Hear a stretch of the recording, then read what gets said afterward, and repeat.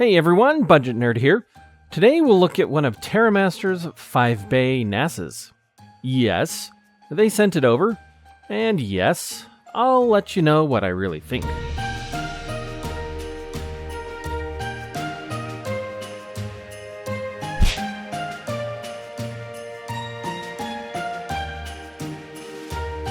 This is Terra-Master's F5-221.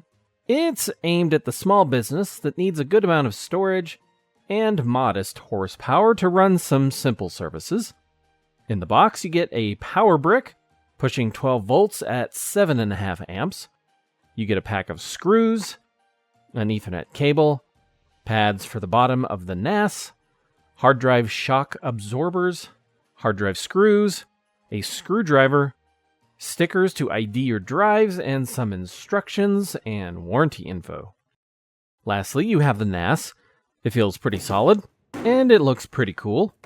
Terra-Master seems to own this silver color, and I think it looks pretty neat.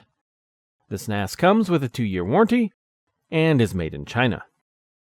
On the back, you get an HDMI port, which isn't for viewing videos, but for changing BIOS settings and showing nerds codes and the NAS's status. There are 2 USB 3.0 ports, 2 Ethernet ports, and the power jack. And yes, it does support link aggregation. This thing is equipped with a 64-bit dual-core Intel Celeron J3355 processor running at 2 GHz with a 2.5 GHz burst speed. It will support up to 18 terabyte drives for a total of around 90 terabytes of space. It comes with 2 gigabytes of DDR3 RAM and is upgradable to 6. If you are interested in more specs, check out the link in the description. Setting it up was pretty easy. You can start by going to start.terra-master.com and go through the steps.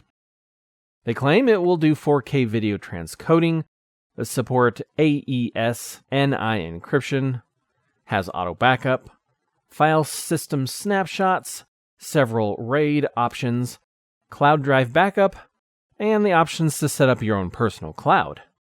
TNAS.online lets you get easy remote access without needing to set up DDNS. It is pretty important to consider the security risks, though, before allowing outside access to any file or systems. At least set up 2-factor authentication if you can. On the main page, under Applications, there are several apps that would be handy for a small business, like setting up a MySQL database, mail server, web servers, and others. They say it will support VMs, but if you'd like to run a VM on this, you will need to install more RAM. Without it, the VM player just crashes.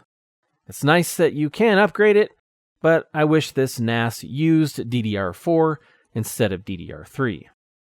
You can also access this NAS through their mobile app, which I didn't test, but seems like it would be handy for accessing your resources or even settings.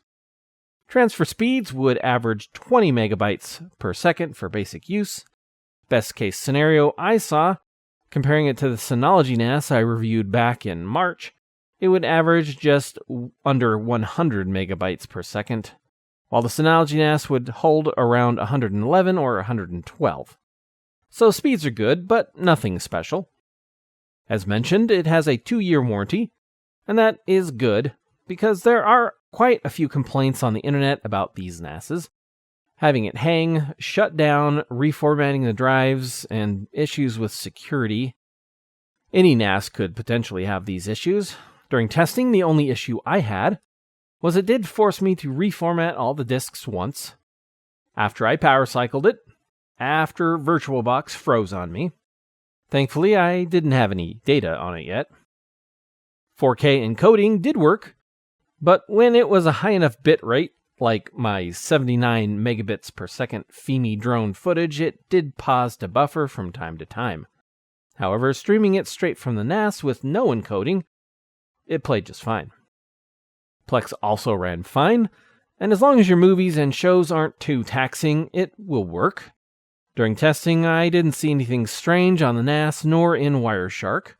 And then finally, in one of the most important tests yet, I wanted to know if it would store my Roller Coaster Tycoon 2 save file, and yes, it did. Installing the extra RAM wasn't hard, but it wasn't easy either. You have to undo these 6 screws in the back, pull the back panel off, slide the front panel forward to reveal the RAM slot. Even then, these plastic tabs wouldn't let me add the RAM. I had to undo 2 more screws on this motherboard to give me enough wiggle room to get it in. Not hard for someone like me, but it could be much easier. Like the SYNOLOGY NAS I reviewed, pull out the 2 drives, install the RAM. Pretty simple. So to sum up, while not perfect, this NAS is a pretty decent option. Despite forcing me to reformat the drives once, the use of DDR3, 4K encoding not being bulletproof, it's not too bad, but not as refined as the SYNOLOGY, I think. I could still recommend this NAS though. It does have a lot of great qualities. Say you were a very small business and just needed lots of space on a budget, or needed a simple mail, LDAP, or some sort of server. As long as you're not taxing it or your user base isn't too big, then it would be fine. If this is you and you want to snatch one up, there's a link below. If you have a Terra-Master NAS, let us know what you think about it in the comments, and thanks for watching.